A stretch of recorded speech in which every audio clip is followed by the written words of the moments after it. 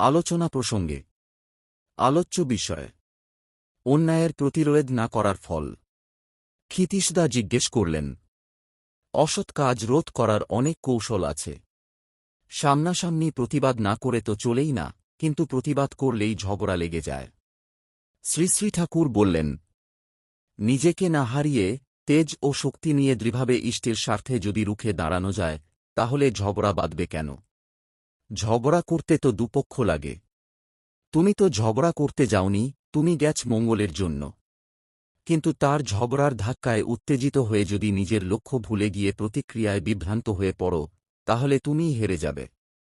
অন্যায় শোধরাতে গিয়ে নিজেই যদি অন্যায়ের ফাঁদে পড়ে যাও, তাহলে তো অন্যায়েরই জয় হয়। তোমার কৃতিত্ব কোথায় থাকে তখন? তাই অসৎ কাজ রোধ করতে গেলে আত্মসংযম খুব দরকার।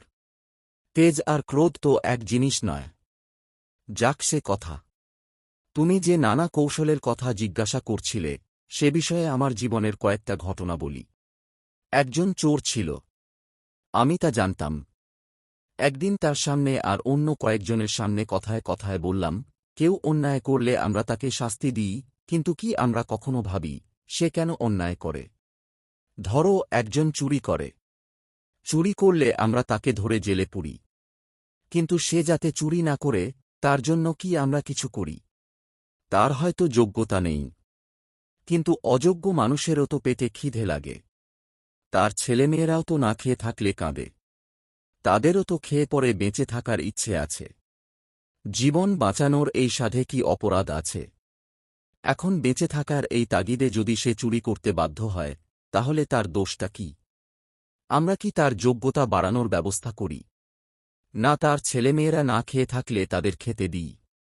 তার ভালো শিক্ষার ব্যবস্থা করি না, বিপদে তাকে সাহায্য করি না, সৎপথে উপার্জন করতে সাহায্য করি না, অথচ বেঁচে থাকার অন্য উপায় না থাকলে সে চুরি করলে তাকে জেলে পুরি। এটা কি ঠিক কথা? ভালো হোক বা খারাপ হোক, আমাদের পাড়া প্রতিবেশী কেউ যদি বেঁচে থাকার সুযোগ না পায়, তাহলে আমাদের কি কিছু করার নেই? কোনো দায়িত্ব নেই? ভালো মানুষকে তো সবাই ভালোবাসে, কিন্তু খারাপ মানুষকেও কি আমরা ভালোবাসব না? খারাপ হয়ে কি সে পচে গেছে? যে খারাপ, সেও তো খারাপ থাকতে চায় না। সেও চায় ভালো হতে, অন্তত ভালো বলে পরিচয় পেতে। কিন্তু পথ পায় না। চোরকে চোর বললে কি তার ভালো লাগে? তাতেই বোঝা যায়, সে চোর হয়ে থাকতে চায় না।